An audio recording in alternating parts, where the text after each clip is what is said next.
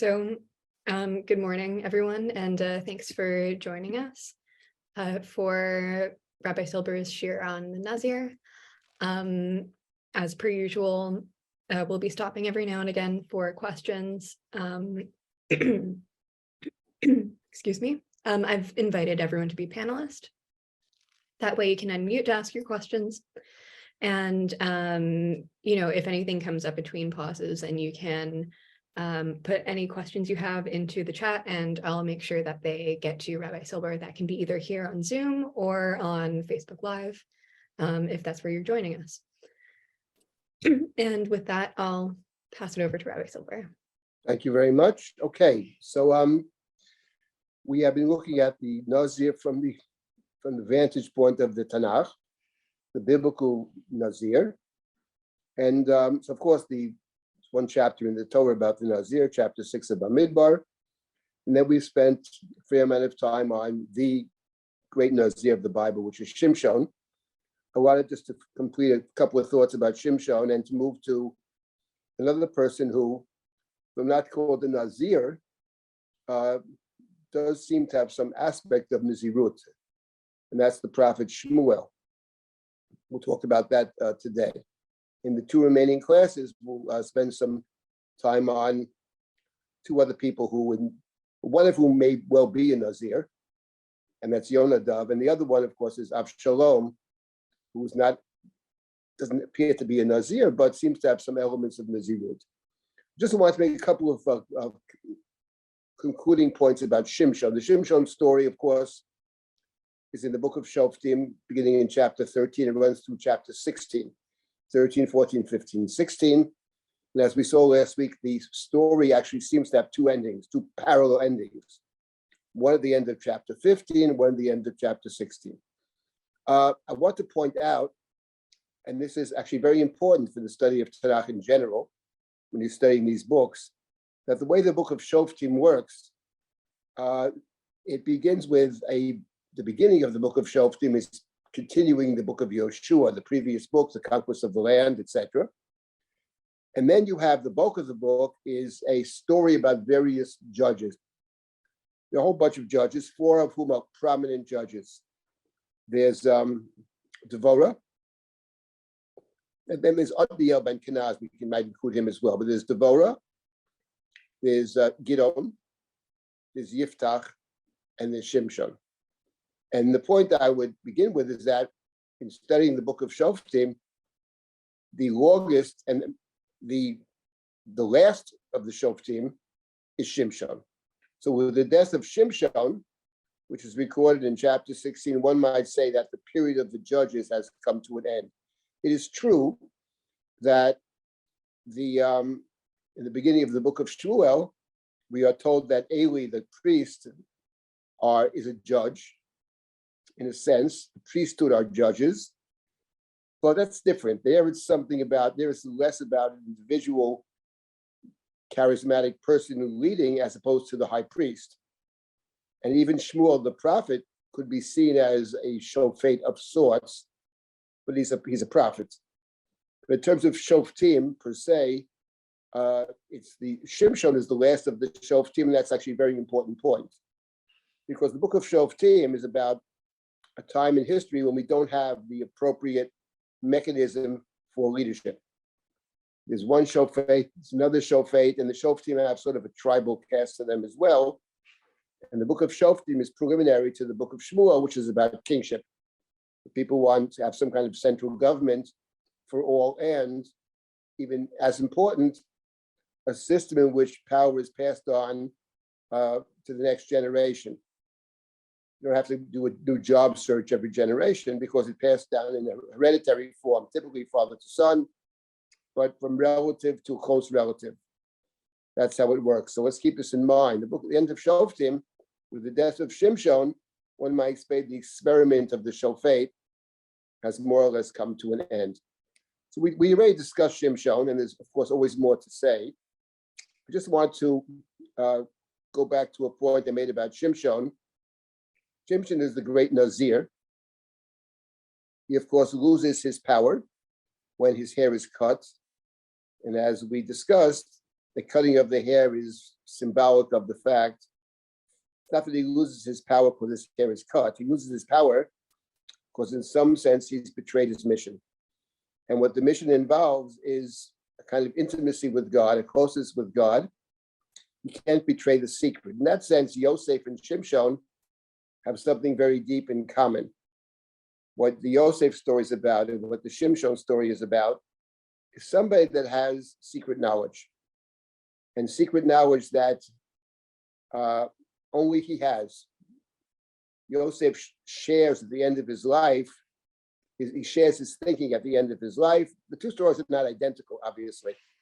But in the case of Shimshon, his mission, his intimacy with God, he works for God. He has his own rule book. He has his own code. But apparently what is central to the code is not betraying God's confidence and God's intimacy.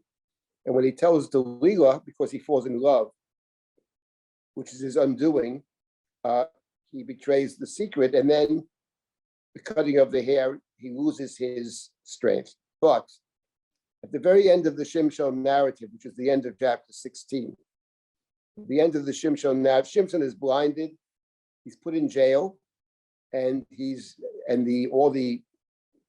the house of Dagon, their god, have come to see Shimshon play before them. They mock Shimshon. With Sachek is the term that's used in chapter 16. And Shimshon is helpless there, blind, and he's a mocker. The Philistines mock him, taunt him, or make fun of him. And then with the very end of the story, we're told, the very end of chapter 16, verse number 27, V'abayit maleo hanoshim v'hanoshim v'shama kol sarnei plishtim v'al hagag kishroshet alafim ish v'isha haroim b'schok Shimshon. So there are 3,000 people on the Gog, on the roof. In general, in the Bible, being on the roof is dangerous. Gog is a dangerous place because, among other things, there's no place to go but up, and you can fall off the roof. The Torah, in fact, in the book of Dvarim, says when you build a house, you should put a parapet around your roof, lest somebody fall off. So the Gog, the high point, is a dangerous place to be. And here we have them on the Gog. They've all come to see Haroim B'schok Shimshon. They're watching Shimshon dance. They're mocking Shimshon. And now in verse number 28, Vayikra Shimshon el Hashem vayomar. In verse 28, Shimshon calls out to God. He called out to God also in chapter 15 when after he had slain many of the Philistines. He's very thirsty, so thirsty he thinks he will die of thirst. And he cries out to God at the end of chapter 15. And now in chapter 16, once again, he cries out to God. Vayikra Shimshon el Hashem vayomar Hashem Elokim zochreini na v'chaskeni na. Remember me, strengthen me, achapam hazeh Elohim, this last time, this one time. So if only if I want to take revenge, he says, it's not clear what nakam achat means. But he wants to take revenge for the fact that he's been blinded by the Philistines. This is the second time that Shimshon prays to God, cries out to God. And it's interesting because in the book of Judges, he's the only person that actually prays to God. No one else is praying in the book of Judges, only Shimshon. Shimshon's prayer was answered in chapter 15, and Shimshon's prayer will be answered in chapter 16. And the point over here is that this reflects this closeness that Shimshon has to God. Shimshon is God's creation. Shimshon is God's child in a very real sense. And so there's a closeness, there's an intimacy, and prayer, he will regain his strength through his prayer. Now, we're told earlier in the chapter, by the way, that after they had captured Shimshon, back in verse number 22 of chapter 16, Vayochel sa'ar rosho with sameach kasher gulach. After he was captured and thrown into the jail, he was a grinder in the Beit Asurim. His hair begins to grow again. So that's interesting. That is, again, once again, the book of Shoftim is tying in the growth of the hair with the strength. But as we see over here, it's not just that the hair is growing back, but the hair growing back means there's an opportunity for Shimshon to regain his strength. But the regaining of his strength will be through his prayer. And notice once again that when Shimshon asks God to strengthen him and remember him, he puts it in terms of, he wants to take vengeance, he says, for the fact that he's been blinded. There is never a sense in the Shimshon story, never a direct sense, that Shimshon is fighting on behalf of Bnei Yisrael. We are told twice that he was, first of all, when his mother is, before she gives birth to Shimshon, before she's even pregnant, the angel says to his mother that your son will be a redeemer of Israel. So he does bring about redemption to Israel, despite the fact that Israel has no interest in redemption. But he is a redeemer of Israel. But there's never a sense in the story that Shimshon makes reference to the fact that he's fighting for Israel. It's always personal. And even here, at the very end of his life, he says, I want to be avenged for the loss of my vision. Now, there's something about the Philistines over here. I just wanted to make this point about the Plishtim. The argument that's been made over the last few weeks is that the Plishtim are God's enemy. Whether Israel likes it or not, but the Plishtim are ruling over the people that God has chosen to rule over, even though they don't seem to care about that, but God cares. And the Plishtim have a very particular modus operandi.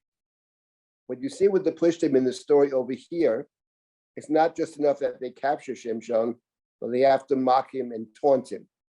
And this is what we have in chapter 16, but we have it in two other places as well. We have it in the beginning of the next book, which is the book of Shmuel. You remember that in the book of Shmuel, the Plishtim are fighting against Israel, and they captured the ark. The Israelites think that they lost the first round of the war because God was not with them, which is probably true. But they think if they bring the ark into battle, then God will be with them. Either they're assuming that God will be with them because the ark automatically brings God with the ark, or they're assuming something else, which is if we bring the ark into battle, and the Philistines will see the ark and think that the God of Israel is fighting on their side, then God can't afford to lose. Because if God loses the battle, if Israel loses the battle, it will be perceived as if God has lost the battle. That's what they think. But it turns out in the book of Shmuel that God doesn't seem to care about that. God is willing for the ark to be captured. But what God is not willing for is for the ark to be mocked. They take the ark in the beginning of the book of Shmuel, if you remember, and they bring the ark to the house of Dagon, their god. Over here, we have the same story over here, which is they've gathered in the house of Dagon, the 3,000 of them or whatever, to mock Shimshon. So that's found in verse number 23. So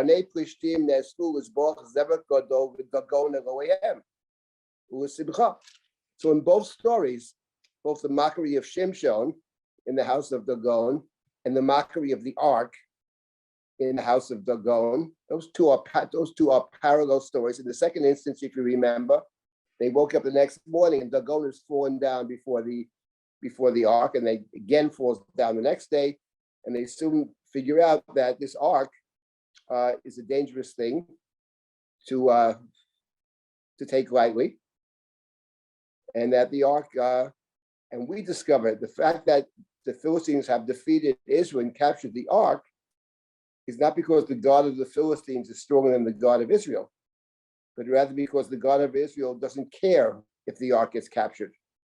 The God of Israel doesn't want the ark to reside amongst the Israelites in Shiloh, because Shiloh is run by the corrupt priests. Those are two parallel stories. And then we have another story, a third parallel to these two stories about the Plishtim. And that is also found in the book of Shmuel, at the end of the first book of Samuel, Shmuel Aleph. There, that's the death of King Saul. And King Saul is fighting against the Philistines, who amassed this enormous army.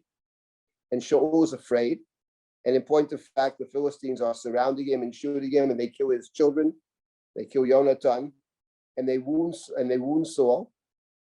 And Saul says to his arms bearer that he should kill him, should kill Saul, because, says Shaul, if the Philistines find me, they will capture me and they will humiliate me and they will mock me. And so the arms bearer refuses to do it. He doesn't want to kill the king, so Saul kills himself, and then the arms bearer follows suit. And in point of fact, the Philistines take the bodies of Saul and Jonathan, and they hang them on the walls of Beit Shan. So that's the way the Philistines operate. And then, of course, the people of Yavesh Gilad travel all night, and they retrieve the bodies of Saul and Jonathan. They bury the bodies of Saul and Jonathan. So we have three cases of the Philistines where they act in similar fashion, which is not just defeat the enemy, but to try to humiliate or mock or degrade the enemy. That's the case of Shimshon. That's the case of the ark. That's the case of King Saul. In any event, God has little patience for the Philistines. The Israelites, on the other hand, say to Shimshon, listen, what are you fighting with the Philistines for? So meanwhile, anyway, so Shimshon may bring relief to Israel. That's never his stated purpose. It's always put in personal terms.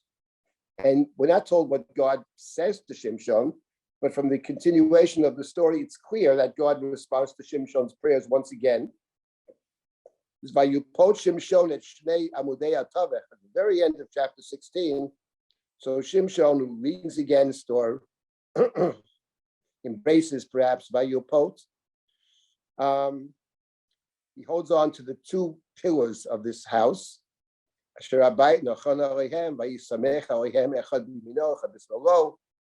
grabs these two pillars. I will die with the Philistines. He lived with the Philistines, he will die with the Philistines. So he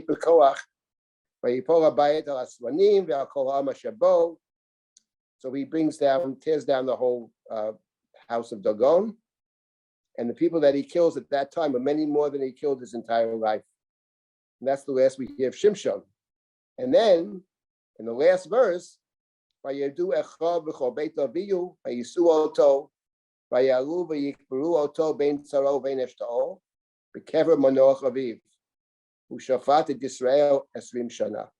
after his death, his brothers, his father's household, come down and they take his body and they bury him in the grave of his father. Here, he led Israel, who shafat, to judge, but here they translate led, which is probably better. There's no such thing as a judge. He's not a judge in the courtroom, certainly, and he's not even living amongst Israel. I mean, he is leading Israel. Shoftim in the book of Shoftim are generally not judges. The only judge in the book of Shoftim is Devorah. All the others are charismatic leaders, military leaders, etc. So here too we have just a final thought that in this verse, where he's buried, taken back after his death and buried in his father's tomb, buried with the family, that's another link that we have to the Yosef story. Because Yosef is basically his entire life, he is separate from his brothers. He's Nazir Echav. He's separate from his brothers. When they come down to Egypt, he eats separately from the Egyptians and from the brothers. But at the end of the story of Yosef, he instructs his brothers, after I die, someday take my bones back to the land of Israel, back to the promised land. May you bring me back. So Yosef tells his brothers that someday we will be reunited. And not in my lifetime. In my lifetime, I'm here in Egypt. But sometime after I die, I impose upon you an oath to take me back with you together. Here too with Shimshon, he leads a life completely separate from Israel, his entire life. But at the end of the day, his behavior does have a salutary effect upon Israel, whether they want it or not. So there he's a Nazir from before his birth till his death. But after his death, he is reunited with his family. Okay, before we move to the next next point, I wanted to stop here for a moment and take comments or questions about Shimshon, and then we will move to the next so-called Nazir, though it's not clear if he's a Nazir or not. And that, of course, is Shmuel, the prophet Samuel. Let me stop here for a minute. Rabbi, Comments or questions? Rabbi, this is Michael Platzer. I just wanted to know a quick point. Why isn't the mother of Shimshon mentioned in? She seems to have no name. Right, that's true. Do we know why? I mean, I don't know why. It has to do with, I suppose, she's called the wife of Manoach. Maybe it's sort of ironic in a way because the angel and God only speak to her. Manoach, Mrs. Manoach, was, it's not uncommon in the Bible for the women not to be we're not told their names. But in this particular case, I think it's ironic because Mrs. Manoach sounds like she's subsidiary to Manoach. But in the birth of Shimshon, she's the only actual player. She's the only one that God speaks to and speaks to twice. And the husband, who comes across as sort of a fool, is someone that the God and the angel don't even bother speaking to. So it's sort of ironic. I mean, the point that I made earlier was that if we think of it's a patriarchal society, the men sort of represent the society. So Manoach is a good representation of this particular society, which couldn't care less about the Philistines, doesn't care about their own destiny and their own sense of commitment. But I don't know, maybe it's ironic in this particular case that even though she's Mrs. Manoach, but she's the main player, and Manoach is irrelevant at best in the story. Is there any other comment? It's a good question. Yeah, any other comment? So the verb shafat is an interesting verb. It seems to me that even though it seems kind of colloquial, reckon is a sense that you get through the usage in many places, like Yishpot Hashem beini uvenecha, and here hu shafat, like Israel didn't care about their autonomy, their redemption, their nationality, and in some sense he brought about this reckoning. So it is a judging, but it's also like kind of like bringing the exterior to the interior, that people needed to see where they needed to go as a nation, and he accomplished that. It could be. I mean, it's certainly possible that, I mean, in effect, actually, you maybe this is what you're suggesting as well, that in effect, his behavior is, in a sense, a judgment of Israel, because, I mean, a negative judgment of Israel, that the fact that God has to step in and create somebody from outside the community to, as it were, save Israel, is an indictment of Israel. And actually, in thinking about this idea that God chooses the outsider to save Israel, it's a theme that actually we encounter earlier in the book of Shoftim. And I'm specifically thinking about after the great victory against the Canaanite kings, the story of Devorah and the Song of Devorah. She specifically, in talking about the great victory over the Canaanites, she goes out of her way to condemn some of the tribes that did not did not participate in the battle. And she goes out of her way to praise some of the non-Jews, actually. I mean, Yael was the central figure. She's not part of Israel.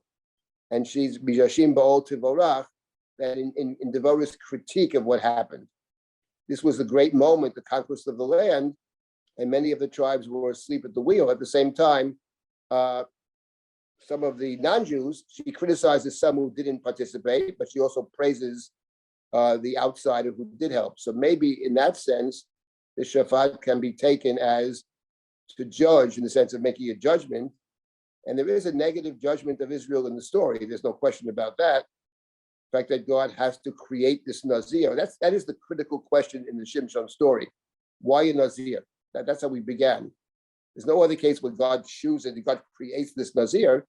And my point is Nazir being separate, and no one is more separate from the Jewish people than Shimshon. His entire life, it's 4 chapters long. He's not really living amongst Israel at all. And his interaction with them is pretty negative, in general, quite negative. So maybe the shafat, in a sense of reckoning or judging, he's a judge by implication of he's judging, he's visiting punishment upon the Philistines, but he's also implicitly judging Israel for their inaction, for their failure to fight to be on God's side, as it were. God is fighting the Philistines alone without Israel's assistance. Maybe that's what it is. But it's certainly the case that Shaphat, in the plain meaning of the book of Shoftim, does not seem to mean, generally speaking, to judge. Could mean to reckon, could mean in some sense to lead. I don't know. It's a good question, the specifics about Shaphat. Is there anybody else? Thank you for the comment. Is there anybody else who there's an idea that's percolating in my head off something that you said, that it's always bothered me that she is known as Eshet Manoach, although she's the one who's active. And I was thinking that since you've been saying that Shimshon is the outsider, and that it's the outsider who can affect change, and that so resonates with the story of Hannah, that she has to be the outsider, and that's the next story that comes up. Yes, it and is. That Manoach reminds me of passive, of the passivity. And here is this person, he's the man, he's the patriarchal society that is going along humdrum and doesn't want to get involved and won't make a change. And she is the woman who is, Hashem is like, you are the change maker here, but it's Hashem who's doing it. While in the next story, when she goes to the Mishkan, Eli can't, it's so, the wheels of change have so, or the wheels have so got stuck in an atrophy, that he can't even realize this woman who is about to affect change. And she has to do all the work to change it. It's like setting it up, that here Hashem calls on her and the husband can't get his act together at all. And in the next one, the husband says to her, aren't I good enough? He doesn't, again, the husband doesn't realize it. And the woman has to do it all by herself. And Hashem isn't even involved. He's more on the sidelines until Shmuel comes along. It's like one step even more removed. But okay, so that's a perfect lead into what we're going to do next. We're going to right away do that story of Hannah and Shmuel. That's actually the very next story. And you, among other points you made, you mentioned that in a certain sense, the story of Hannah is actually the next story. Now, there's 5 chapters in between, but chapters 17, 18, 19, 20, and 21, these chapters are a kind of epilogue to the book of Shoftim. They're not the judges. Shimshon is the last judge. And beginning in chapter 17, we have 2 stories, the idol of Micha, and then we have Pilelish Bagivah, which is a kind of epilogue to the book. Now, the theme of the last 2 stories will be that there's no king in Israel, and then no king in Israel, there's anarchy. Right. That leads us to the book of Shmuel. But it actually took to the next story that could be seen as really a continuation.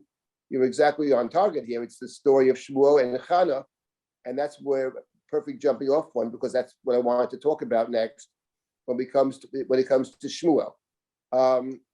Before I just see the women as connected, like the next. For sure, no, I will discuss that in 2-3 minutes. I'll get to that. Yeah, there's no question that the 2 stories are connected in many ways, including the women, who are quite different, obviously. Is there anybody else before we jump to Shmuel, who is seen by the Mishnah certainly as a Nazir? I wanted to talk about that. I'm not going to do the Mishnah now, but the Mishnah sees Shmuel as a Nazir. In fact, in the tractate Nazir, the last Mishnah in the tractate talks about Shmuel. Shmuel is a Nazir. It's interesting that the Mishnah in tractate Nazir does mention Shimshon as a Nazir, but Shimshon is he's different. He's not a normal Nazir. He's a Nazir Shimshon. He's different. But Shmuel, the tractate ends with Shmuel. So let's take a look at that. This is chapter 1 of Shmuel. And as was mentioned just now, the book of Shmuel begins by telling us about a fellow named Elkanah. And he has two wives. One is named Chana, and one is named Penina. Penina has children, Chana does not. Elkanah loves Chana more than Penina, the childless wife. And now the story begins in verse number 3 of Shmuel Aleph. It says, this fellow would go from the city periodically, to bow down and sacrifice in Shiloh. Shiloh was the central temple. Shiloh was the precursor to Jerusalem. And in Shiloh, they're the two priests, the sons of Eli, who minister unto God, priests of God. We discover in the beginning of chapter 2, they are utterly and completely corrupt. Anyway, this fellow goes up with his family, including his two wives, to bring sacrifices and to bow down before God. Shiloh is the central temple of Israel. And now we're told this famous story. It's the Torah reading, the Haftorah of Rosh Hashanah.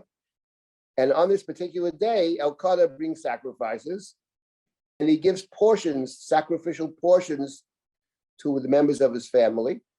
He gives Chana. Now here the question is what it means, Mana Achat Apayim, which probably means he gives her some extra portion. The JPS translation is strange here, but it's clear that he's favoring her. He gives her an extra portion, or perhaps he gives her a portion equal to all the other portions, and it explains why. He loves Chana. God has prevented her from having children, so maybe he has some pity on her, but he also loves her. So it's not a good situation. He has two wives, but he demonstrates favoritism to one of them. It reminds us of the Joseph story. That never works out well. And of course, over here, it doesn't work out well either, because her rival, the other one, would taunt her, would mock her, would make her life miserable. Fine. And then in verse number 7, he would do this every year.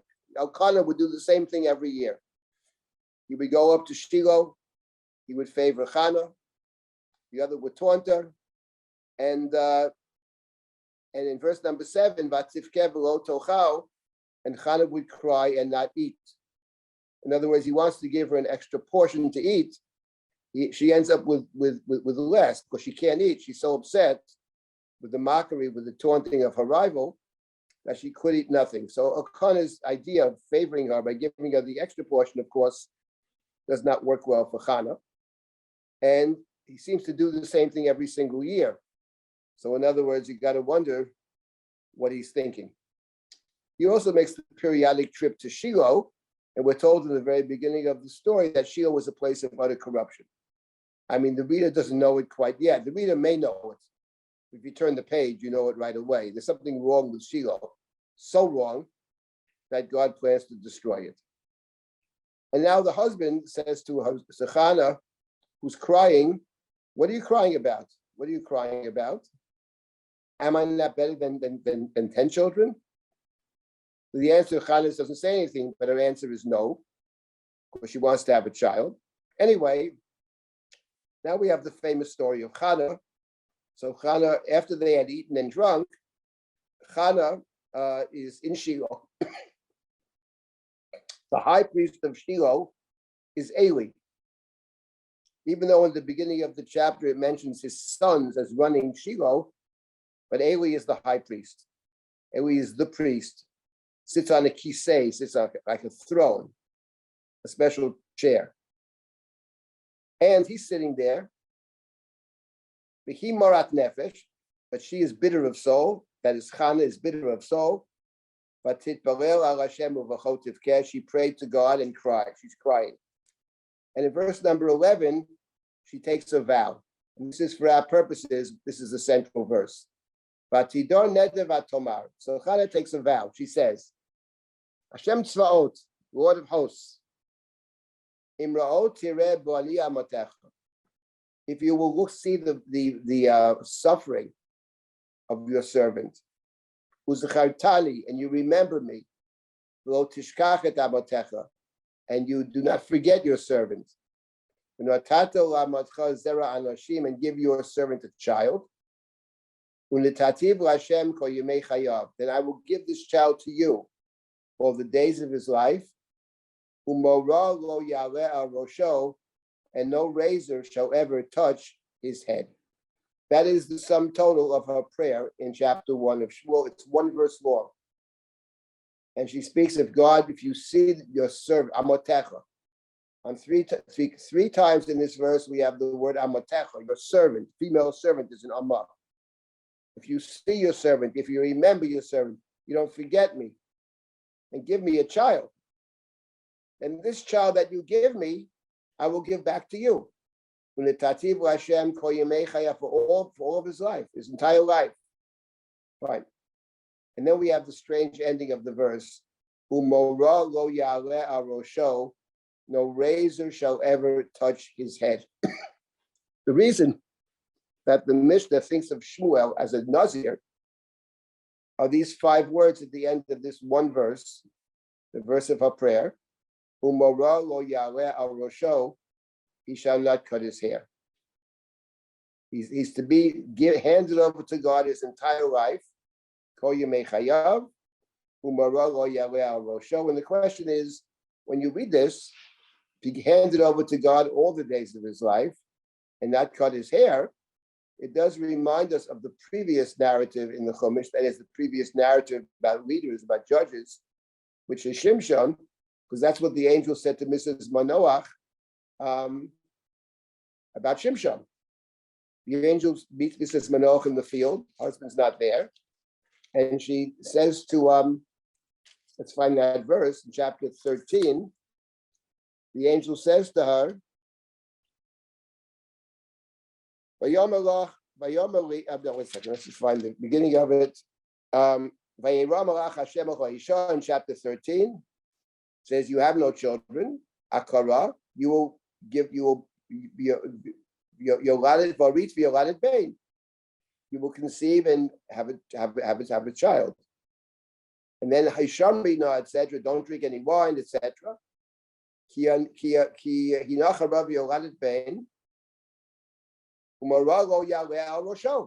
the same words. Verse number 5. No razor shall touch his head. He will be a Nazir from the womb on. He will redeem Israel from the Philistines. And later on, the husband says, she says, this fellow came to me, he's very, very frightening. She leaves out about redeeming Israel, but she says in verse number 7,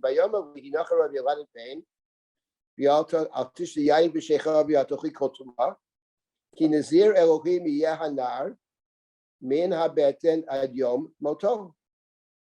She mentions over here specifically, she doesn't mention about cutting his hair, but she does mention that he's not drinking wine. And then she says, for he shall be a Nazir from the womb until the day of his death, ad yom moto, his entire life. She adds that. So we have a very interesting parallel between the two stories. Of course, in the first instance, it's the God that approaches, or the angel that approaches Mrs. Manoach.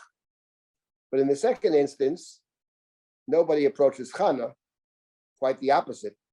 Her husband says to Chana, what are you crying about? Forget about it. Whatever your dreams may be, forget it. Forget about the child business. I'm better than 10 children.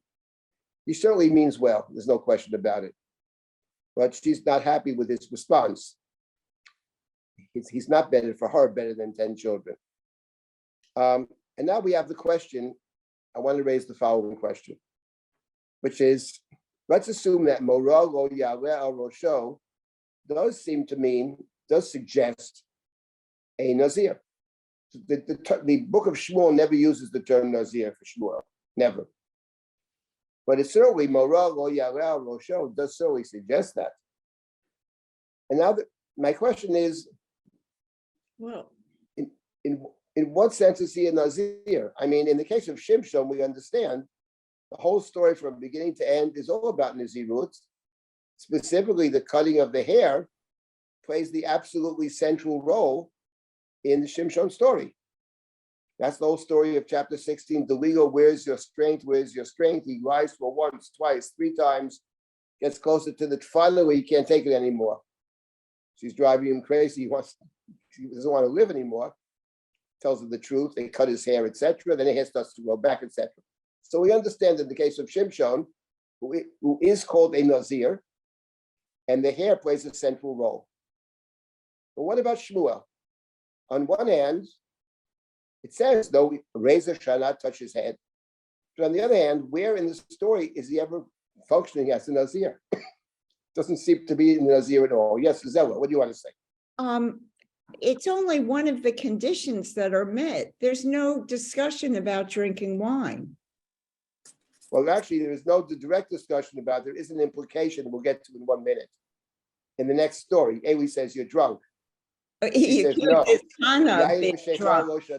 Right. He says, I don't drink wine. No, but I agree with you, of course. Yeah. Rabbi? Yes. It's Sandra, hi.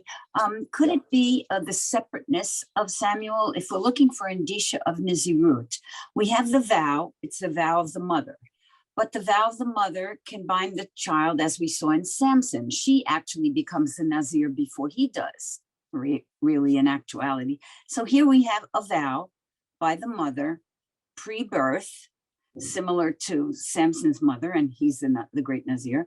And we also have the separateness, which is what you're looking for, Nazirut by implication, since it's not mentioned explicitly, because Samuel is raised apart from his mother in a kind of monastic upbringing, and as a man with unshorn hair, raised in the basically the temple or the monastery type place, and he has no parents, at least no functional parents, except the high priest.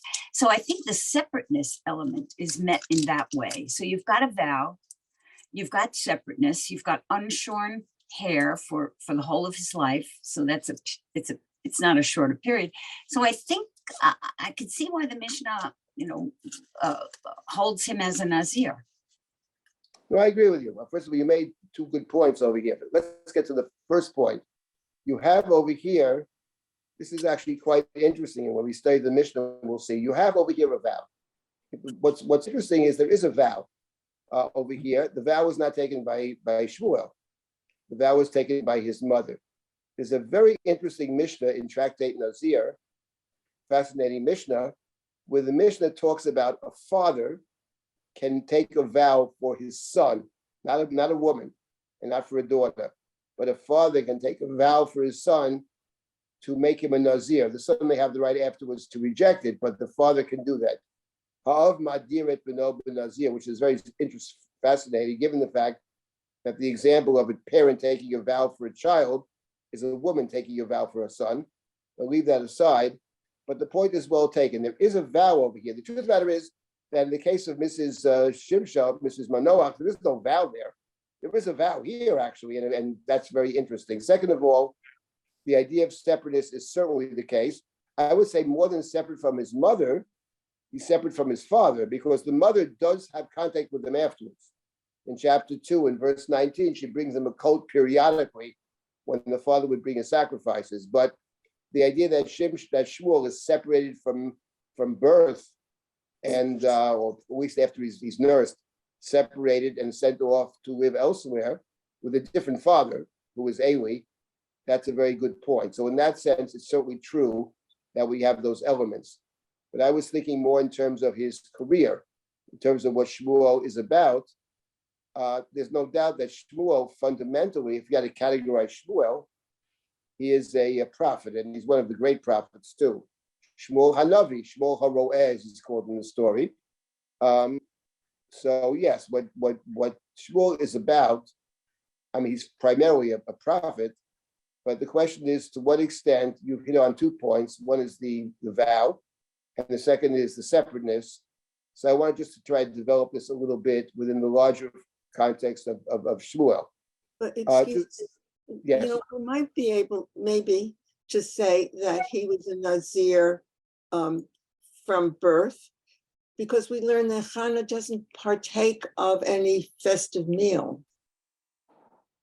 And then she says, that the no razor will come. So maybe just with, the same thing, before. Right. In other words, the parallel would be, there's certainly a parallel in the story between Chana on one hand and let's say Mrs. Manoach. Parallel, but they're different. Because in the case, what's interesting is, just to follow up 2 points to Tova. First of all, in the continuation of the story, so she's crying and her prayer is a silent prayer. Her lips are moving, we are told, but no sound is coming out. And Eli, the priest, is washing her mouth. So we have in verse number 13 that Chana is moving her lips, but no sound can be heard. And Eli thinks she's drunk. So Eli says to her, Eli says to her, how long will you make a spectacle of yourself, drunken woman? Leave here until you sober up. So he accuses her of drinking. And Chana's response is, no.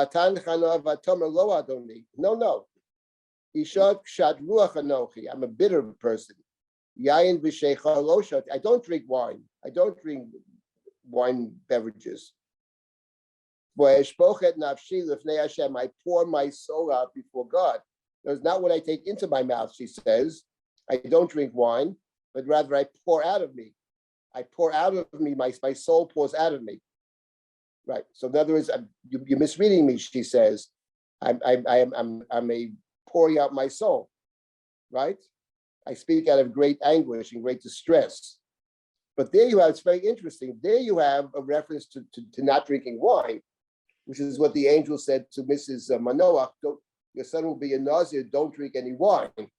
So the point is, as you say, the point is that Chana herself, in a certain sense, is both a Nazir in the sense that she's completely separate. Her husband, everybody else is happy at Shiloh. They're bringing the sacrifices, they're having a jolly old time there. But Chana doesn't participate. She doesn't eat, she doesn't drink, and she has no interest whatsoever in what goes on at Shiloh. In the book on Shmuel, Malchut Adam, Human Kingship, a book Tova that I think you are familiar with, I talk about this actually. I talk about the fact that what she's really praying for is somebody else who's going to lead the people. That's why she says, if you give me a child, I will dedicate the child to God, who will not be part of this society, who will be an outsider. Because she and only she can see when no one else can see that this place is utterly corrupt. The others don't see it. And the reason she can see it, among other things, is because she has no stake in it. She's the outside. She sees perfectly well from a distance. She has no illusions about Shiloh. And the fact is that, so this is actually very striking, but the difference between the two of them, between Mrs. Manoach and Chana, is that Mrs. Manoach is very passive. She and her husband don't ask for a child, don't pray for a child. All the stories in Bereshit about the childless couples, they try to do something about it. In the case of Chana, she does something about it which no one else has ever done. Because all the stories in Bereshit are always about the woman goes to the husband, or whatever it is, or the woman offers to give a servant to the husband. But in this particular case, the husband says, forget about it. But Chana insists, Chana prays. That's unique. We never had this before, where the woman is praying, though the husband says, forget it. So unlike Mrs. Manoach, there's something about Chana taking the initiative, trying to change things on her own with no support whatsoever. Neither the husband, who is a nice guy, but says, forget it, or the priest who misreads her and thinks she's drunk, and both of those people are not supportive of her. Yes, when Eli finds out, Eli responds positively, oh yes, okay, then God should grant your request. But fundamentally, she's on her own. So the idea that you want to say she herself is a kind of Nazirah, one might say, in the sense of being separate, I think that's a very important point, and that's certainly the case. And just to add to what Sandra said, that Shmuel is separated from the family. He's totally separated from his father, but his mother still has some connection to him. Later on, we are told in chapter 2, in verse 19, that she would bring the coat. Coat is a symbol of leadership. So she's actually tried to train him to become a leader. She doesn't give him up right away either. She wants to fully nurse him. It reminds us very much of Moshe, who was also an outsider. Moshe is the ultimate outsider. Okay, let me just make a couple of comments, points here about the story over here. Sorry. Yes. First, there are just a couple of things in the Q&A. Okay, go ahead. And I think, so one of them got answered just briefly here, which was about whether Eli ever apologizes to Hannah, which yes, he does. And then this ML in the chat was also noting that the 10 children that Elkanah has with Penina is also another kind of parallel to Yaakov and Yosef. Where do you see 10 children? Um, Doesn't say how many children she has in the yeah, text. I'm not. It doesn't I'm not mention sure. 10. It says she has children. Maybe there's a medrash to that effect. In the text, it says she has children. She has children, Hannah does not. There's a verse later on that the childless woman will have 7 children. That's later on in chapter 2. Mhm. I'll get to chapter 2 in a minute. Are there any other comments?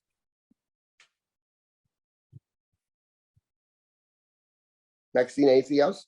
No. Okay. All right. Let me just let me go back to this point about no razor shall razor shall touch his head. Why perhaps it's here? What is the significance of that? Apart from everything that was said about the Nazir being separate. Because at the end of the day, when you think about Shmuel, we think about Shmuel as one of the great prophets.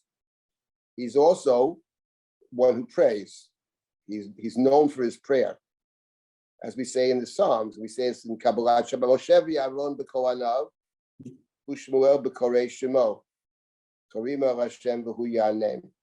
Now, the truth of the matter is that the prophet and the Nazir do come together in a verse in the book of Amos. Again, another haftorah. The prophet Amos said that I raised up your children to be prophets and your children to be Nazirim. That's found at the beginning of Amos. I raised your young ones to be prophets and to be Nazarites. You gave the Nazarites wine to drink, and you told the prophets not to prophesy. So in that verse,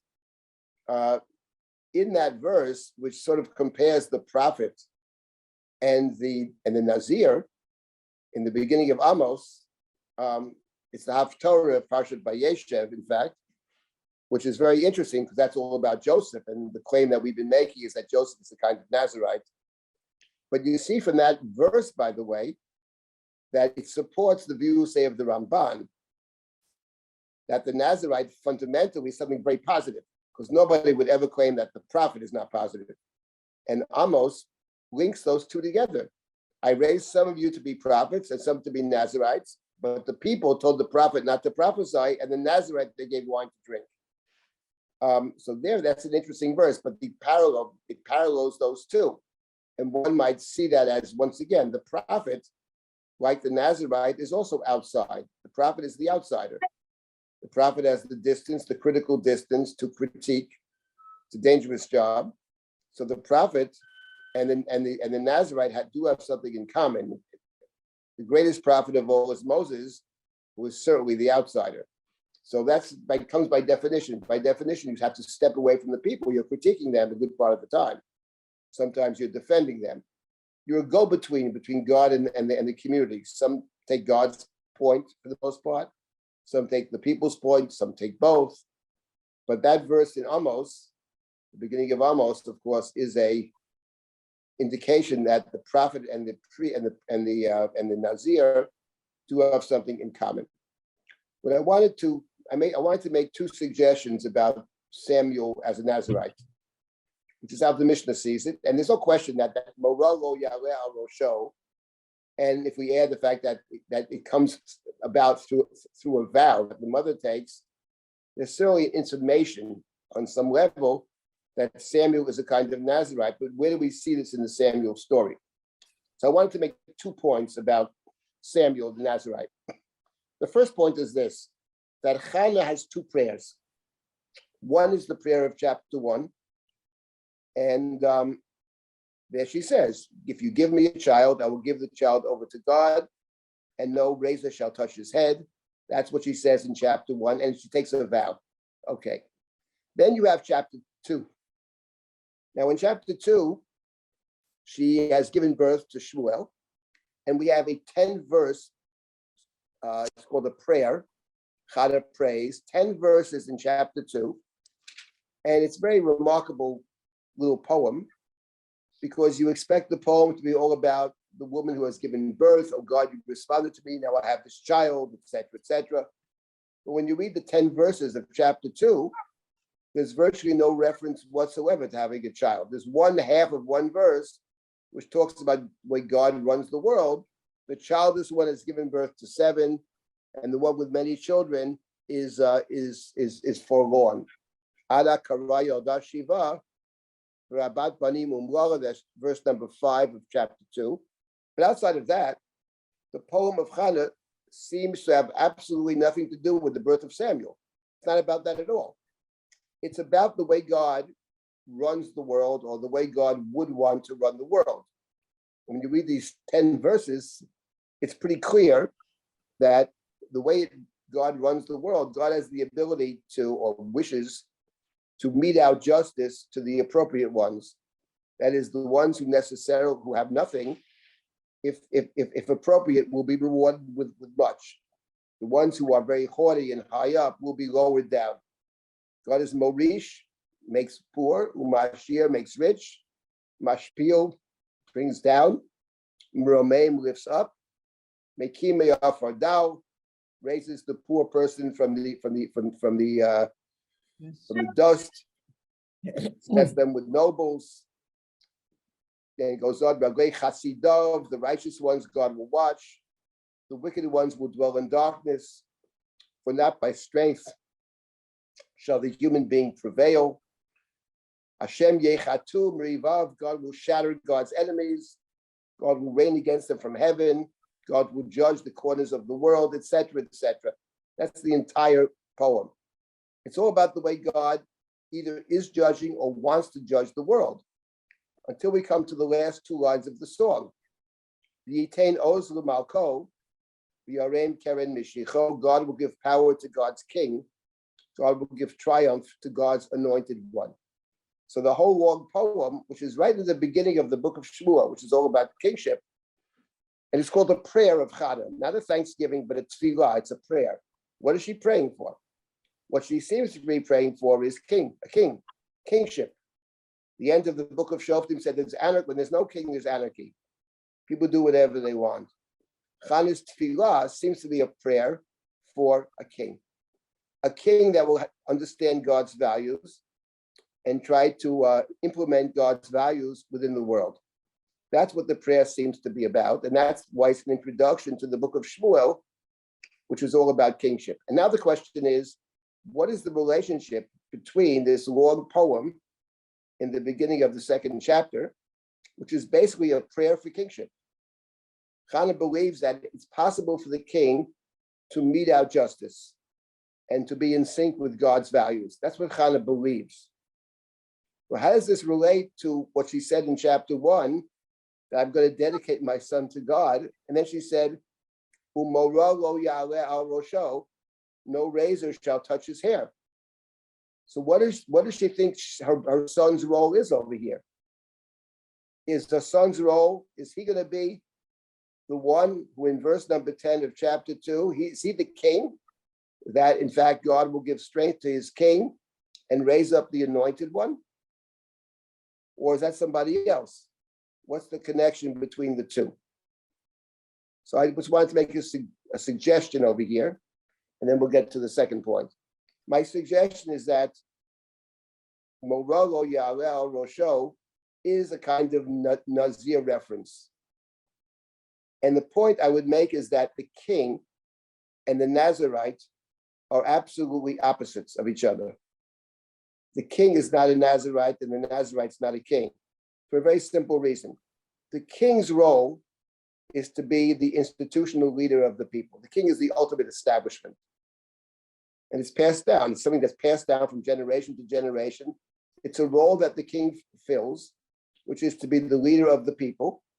And the king is very much representing the people. The king leaves his own tribe, his own family, but the people become his family. The Nazir is exactly the opposite. The Nazir is the one who breaks away from his family. The Nazir can't even go to his parents' funeral. The Nazir has no personal connections. It's only God to the exclusion of any kind of personal relationship. So the two are opposite. So Chana can't be saying, when she says no razor shall touch his head, it can't be talking about a king. The role of Samuel in this book is not going to be that of a king, but the role of Samuel in the book of Shmuel, we discover, is to be the kingmaker. Samuel is going to be the one who will, in fact, anoint, because the two great kings of Samuel, of the book of Samuel, are anointed by Samuel. The Yarem, Karen, God should raise up, give triumph to the one that God has anointed. But the one who anoints them is going to be Shmuel. So the fact that Morog or Yalel Rosho is a way of the text saying straight up, this is a book about kingship, it's not going to be Samuel.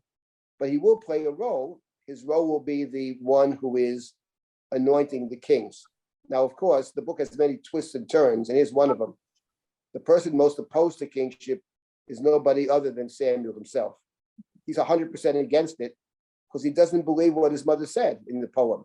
He doesn't believe that a king will be able to implement God's values.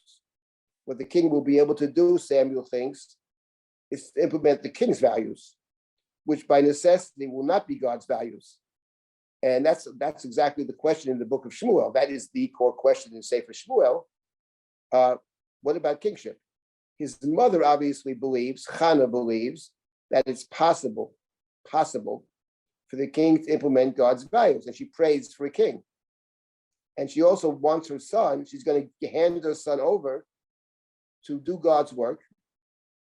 That's what it means. She says, I will give him to God, not to be the king. No razor shall cut his hair. He's a Nazir, not going to be a king. Can't have a king who's a Nazir. Because a Nazir has no sense of his parents or his children. He doesn't go to the funeral of his children either. A Nazir is completely apart from family. We saw that with the Joseph story. We see that with the Samson story, completely. The two opposites. But his role is different. His role will be the kingmaker. And therein lies the introduction to the book of Shmuel.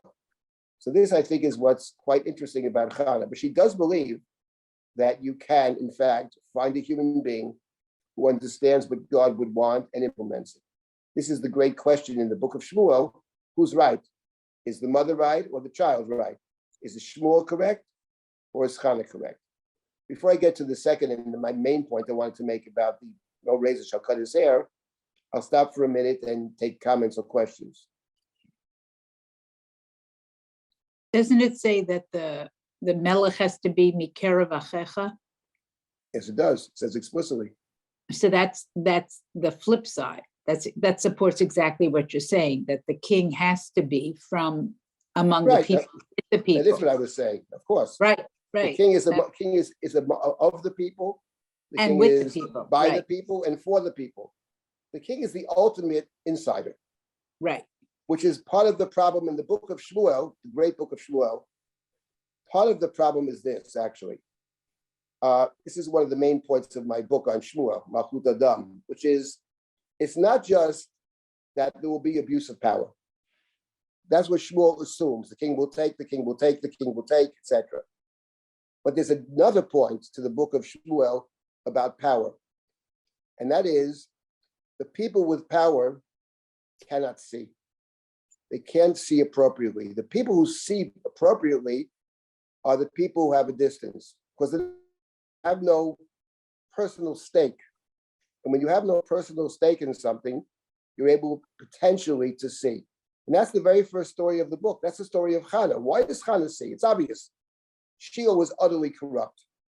And what she's really calling for is a change. I'm going to train my son. He's going to make changes, which he does. But what is Chana? The husband doesn't see it. The family doesn't see it. No one seems to see it. But the answer, I think, is very simple because Chana has no stake in it. She's a woman. Let's start with that, and a childless woman on top of it, and one whose husband is totally doesn't get altogether. She's totally alone, and she realizes you can't rely on anybody. She turns to God, so she sees perfectly well, but only she sees, and that's the theme that runs through this entire book. That's why the king needs a prophet, because the king is never going to be able to see. The king will make mistakes. The only question is, can the king correct them or not? So if you don't realize what you did wrong, you can't correct him. King Saul's problem, it's not that he's a bad guy, is that he just doesn't understand what he did wrong.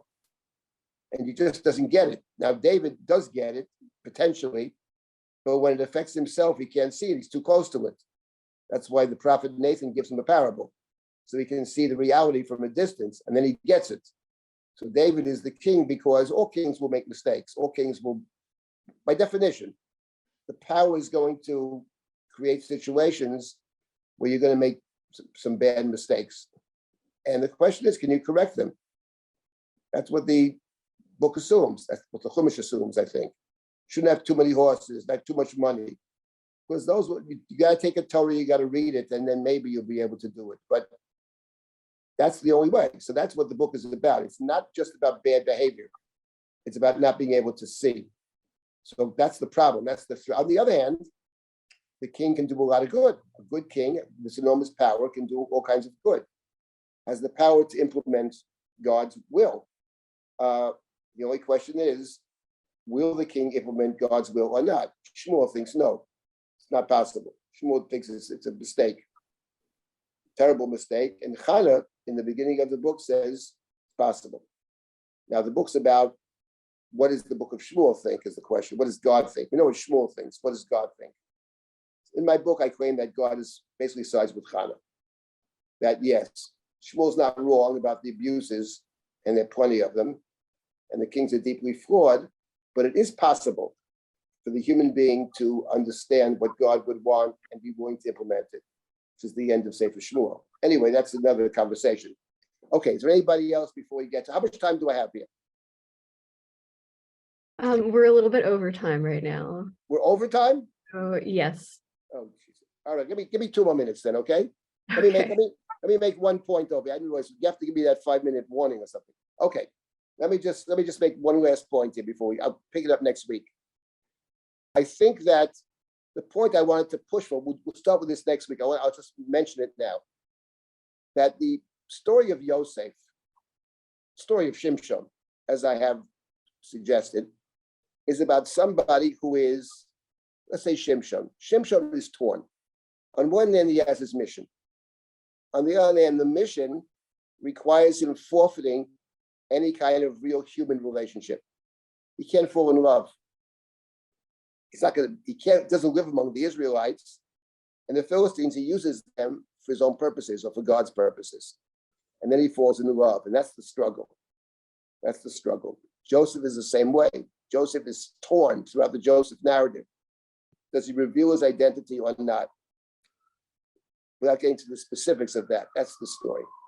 I think in the case of Shmuel, there is that at the heart of the Shmuel story, Shmuel himself, Shmuel is torn. Because on one hand, God tells him what to do. God says it in 2 words to Shmuel. When the people ask for a king, yes, I know you're upset about it. Don't take it personally. They've been doing this to me, etc., etc., etc. And the bottom line in chapter 8, over and over again, Shema b'kolam, obey the people. That's your job, says God. Obey the people. And Shmuel wants to follow God. God says, obey the people. And on the other hand, he's fully convinced that kingship is a terrible idea. He's convinced that the better path is the path of the one who is separate, whether it's the Nazarite or whether it's the prophet. That's the only real spiritual leadership you can have.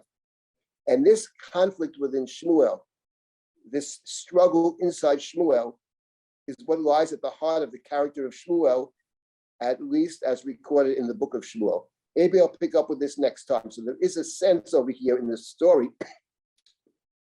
a powerful sense, that Shmuel himself is a person in conflict. There's an inner turmoil within Shmuel, as there is within Shimshon, as there is within Yosef. I want us to describe that a little bit more next time. So next time we'll start with Shmuel, and then we'll say something about Absalom, who's also seen by the Mishnah as a Nazir. And the last week I wanted to talk about Yonadav ben Recha, who appears in the book of Kings and the book of Yirmiyah. And that'll be our conclusion. Okay. Okay. If there are any questions, it's dsober@drisha.org. We have in 2 weeks the Rappaport Memorial Lecture with Rabbi Nathan Laufman. The Seder within the Seder. Should be very interesting. Yes, Maxine, you wanted to add something? Yeah, absolutely. I just wanted to add that you can, you're invited to register for the Rappaport Family Memorial Lecture at rappaport.drisha.org. You can also just go to the Drisha website and you should be able to find it pretty easily there. And also this afternoon, of course, there's the conversation on the Parsha. This week, it will be hosted by Rabbi Dr. John Kelson and Ms. Sophia Stefanski, who runs the middle school girls program that Drisha runs in the summer. So it would be wonderful to see you there later today at the lecture on the 19th.